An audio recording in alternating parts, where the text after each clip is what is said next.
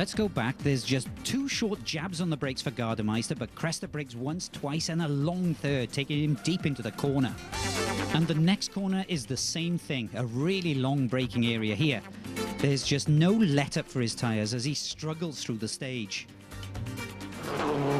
He loses 49 seconds, almost 2 seconds a kilometre, and now he's down to 6.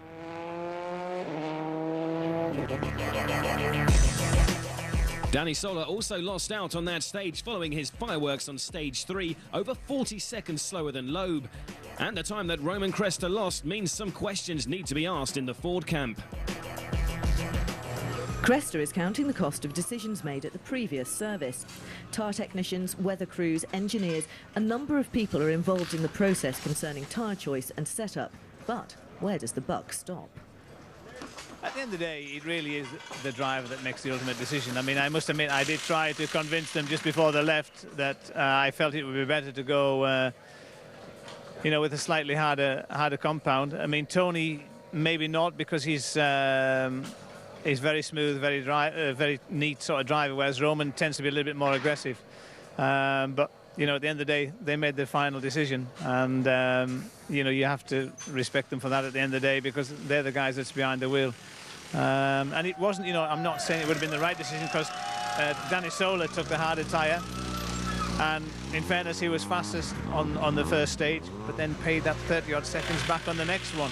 So, as I say, it was a very difficult call, and you know, at least we're still in there challenging for the podium, and at the end of the day, that's the main thing.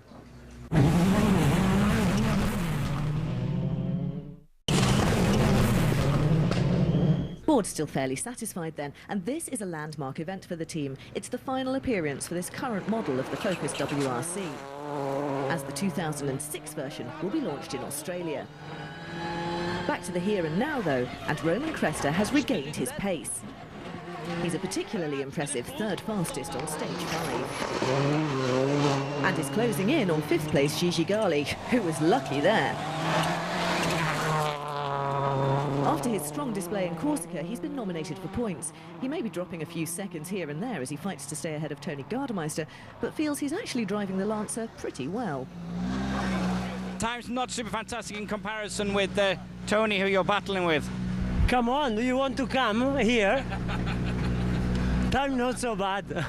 5 seconds in 25K. Tony Gardemeister is continuing his consistent performance in 4th place. The Finn was brought up on gravel, but drives surprisingly well on tarmac.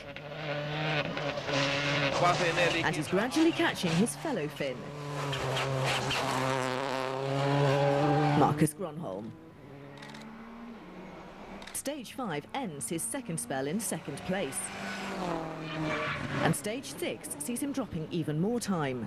Gronholm a lowly 10th fastest on stage.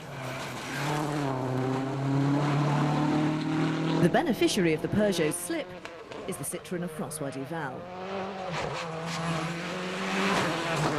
He is now in 2nd place, but is still more than 53 seconds behind his teammate. And it's the rally leader, Sébastien Loeb, who wins stages 5 and 6. That is 5 fastest times out of 6 today, the only blot on his perfect record, that single stage won by Dani Sola.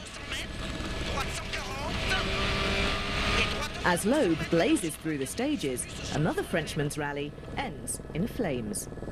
Subaru's Stéphane Sarrazin and co-driver Denis Giraudet unharmed, the Impreza almost unrecognisable.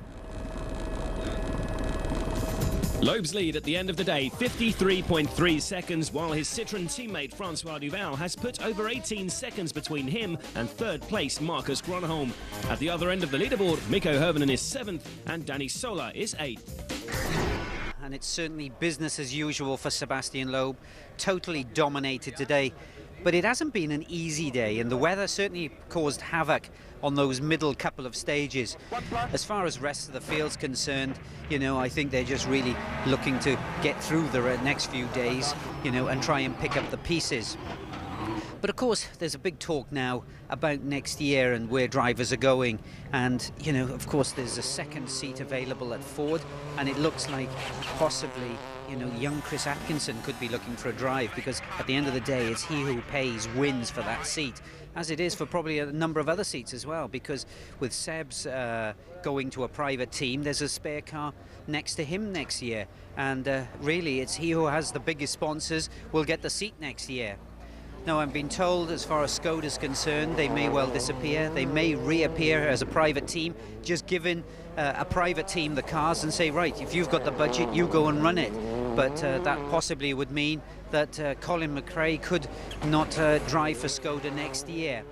But as far as today's concerned, my Nick's picks for day one is going to be Gigi Galli, who really has driven superbly well in a car that they've turned around since Corsica, and he set some fantastic times today. Bene, taglio 2 meno, taglia a sinistra 2 più, per sinistra 6 corta, 50, sinistra 4 lunghezza 30 diventa 2 più, per taglia a destra 6, 100, sinistra via stringi, in destra 5, 15, taglia a sinistra 5, 20, taglia a destra 4, con taglia a destra via, per sinistra 6 lunghezza 20, su dosso diventa taglia 2 più, per taglia a destra 2, lunga, lunga, in sinistra 3, 30, occhio, sinistra 5 meno, 40, sinistra 3, lunga, 3, lunga, 100, destra 2, lunghezza 10, su ponte diventa 1, lunga, per sinistra 2 più, corta, per taglia destra 5, in sinistra 1 più, apre, lunghezza 15 diventa taglia 2, per destra 2, secca. No Subarus in the top 8. It's been a bad day for the boys in blue, with Solberg and Sarrazin both retiring in spectacular style. But another good day for Citroën. Can Loeb and Duval keep up the pace? Find out after the break.